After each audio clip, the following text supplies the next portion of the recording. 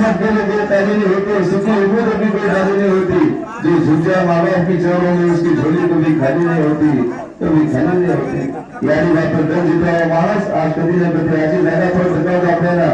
जो यानी बाप पर दर का लंगर हो, जो यानी बाप पर दर तोड़ मरो क्या आज कभी न कभी परेशानी में धकाव माना जो सरो जन्म दे वाले नवरा कर वाले